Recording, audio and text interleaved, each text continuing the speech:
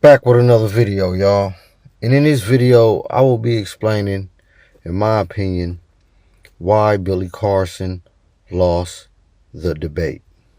Now, for those that don't know who Billy Carson is, I guess he's a YouTube personality or influencer.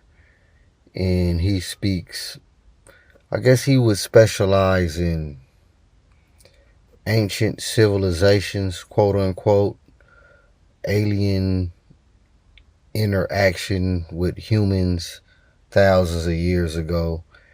And he also speaks on, I guess, improving yourself mentally and things of that nature.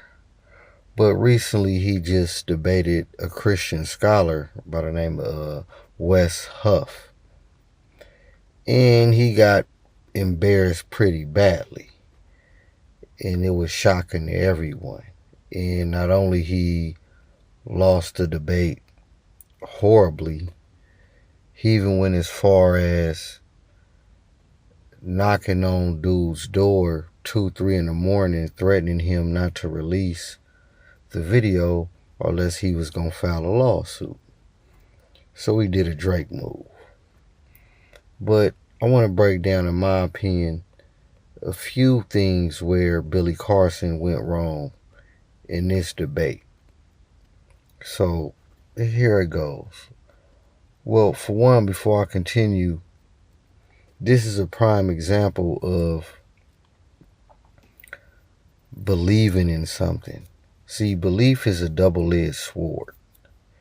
And when you believing in something and not relying on actual fact or even a leading theory for that matter, but just blindly, wholeheartedly believing in something and taking it and run with it, and every time it comes against the truth, it's going to get shredded up.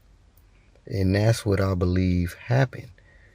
And it's a lot of Billy Carsons out there that believe a lot of far-fetched ideas, and there's nothing wrong with going down a rabbit hole, but you got to know what to take back with you. I'm just going to put it like that. It's just a lot of fake news down there.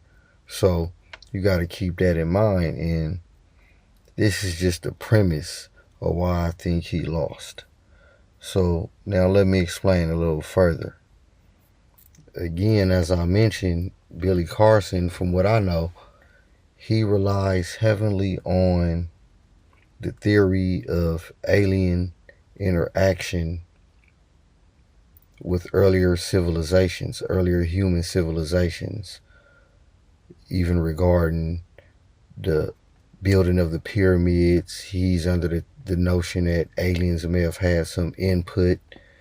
And even before that, prior to that, he's into civilizations that maybe perhaps a million years ago regarding alien interactions and other species or beings out here. He also talked about the Anunnaki. And all these is, again, it's good to go down a rabbit hole, but these are, how should I put it? These are theories. This is fiction. You understand? None of these theories or notions or stories can't be traced to nothing, pretty much. So at least when the pyramids, civilization, you can see the pyramids. Hell, you're even finding dinosaur fossils, quote unquote. But he's running with the belief and theories on civilizations and beings that we got no actual proof of. You just gotta believe it. So he's putting his whole everything into fantasy, fiction, mythology, no evidence of nothing. And he's running with that, and it appears he's been peddling that as truth or fact. And this is where he lost that, because what ended up happening was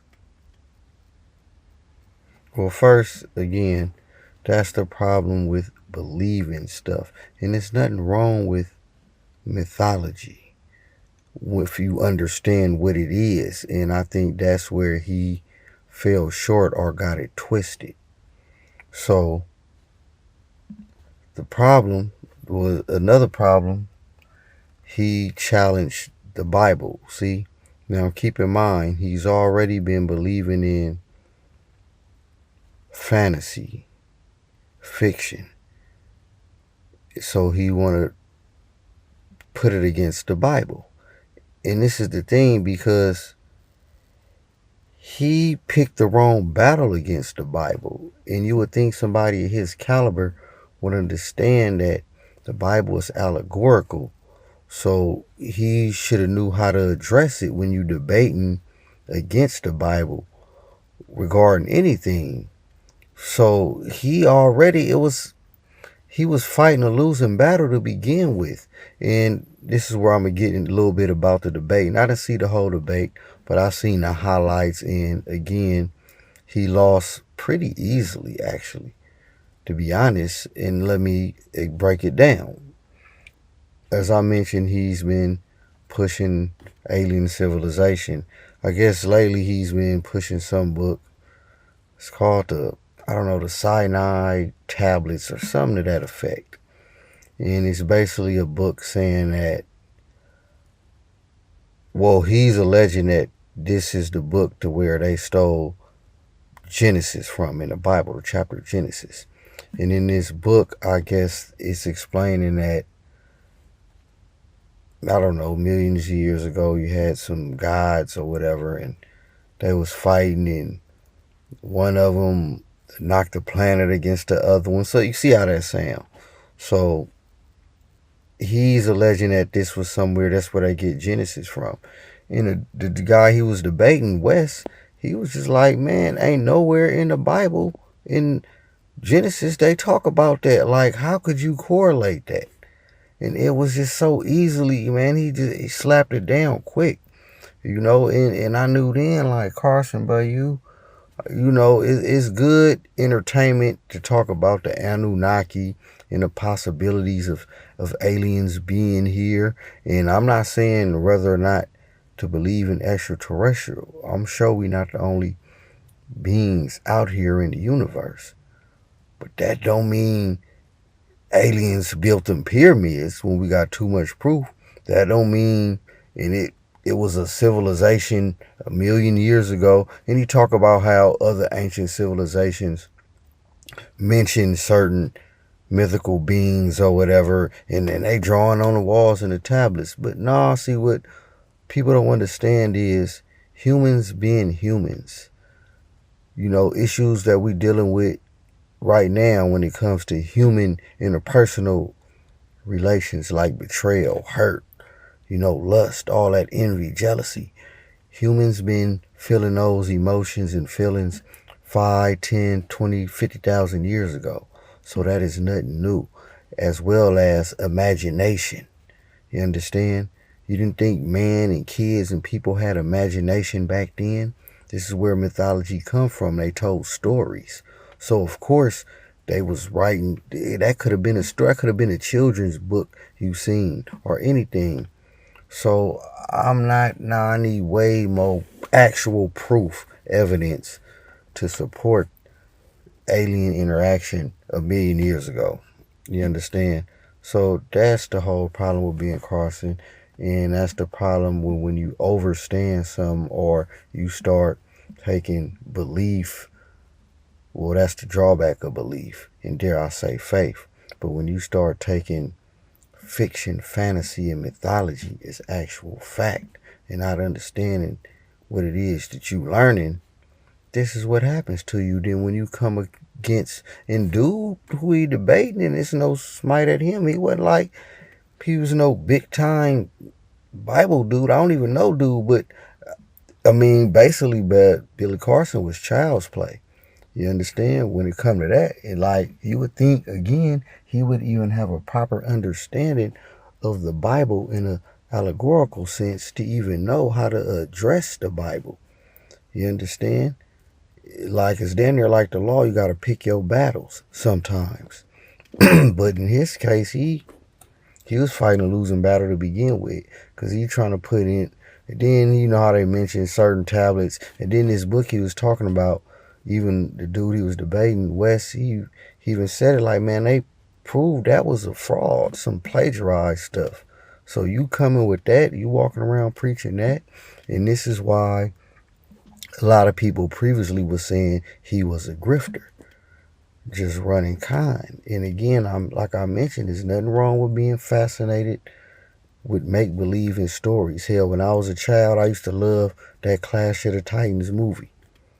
You understand? I used to even read the books at the library, anything to do with Greek mythology. And then I started connecting the dots, because in a lot of those books, they would reference like, this came from the, well, it'll be Roman mythology, and they'd be like, they got this from the Greek god so-and-so, and they got it from the Ethiopian god mythology, you know what I'm saying? Or Egyptian, they put it as Egyptian, but it's Kemetic.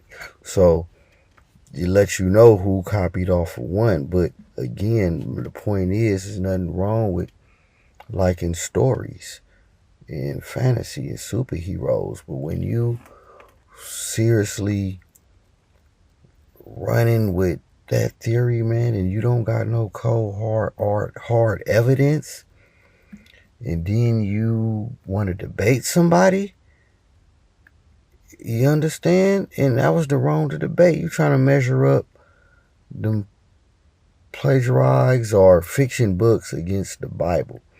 And this definitely an argument that the Bible is fiction as well. But it's a lesson, a lot of lessons to be learned in the Bible if you understand what you're reading. So that's what makes it fact to that extent. But again, the Bible is a lot more to it than that. And you would think that he would understand that, or at least have a basic elementary understanding that. So that's really like, I damn near, and when I seen the debate, I don't know, because he kind of was saying like he was tired, he was out of his mind. I don't know if it was some medication or whatever. Well, you should have debated.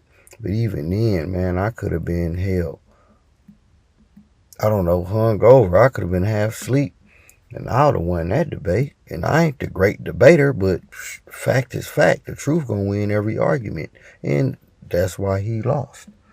So if I was Billy Carson, man, I don't know really what to do. I would just come out and be like, yeah, that's where I made my mistake. I tried to measure up some make-believe that I'm truly fascinated by, and still gonna be fascinated by it, and I'm still gonna research it, but I tried to bring it into a debate against anything when it comes to fact. You know what I'm saying? Because the fact was, that book he was talking about, that they didn't get the Old Testament from that. You would think he would know that. So that's pretty much what I gotta say about that whole Billy Carson thing, man. And I'm also probably, with this being said, because he ain't the only one that's mixing fact with fiction, I'm probably gonna start putting out another videos like this where I'm just gonna start killing a lot of misnomers or age-old beliefs that we may have thought was true, but it ain't. Especially in this day and age, there's certain stuff you should know already. You shouldn't be believing. You shouldn't, and you want to tease people, for kids or whoever, for believing in Santa Claus. But you believing in some spaceship came in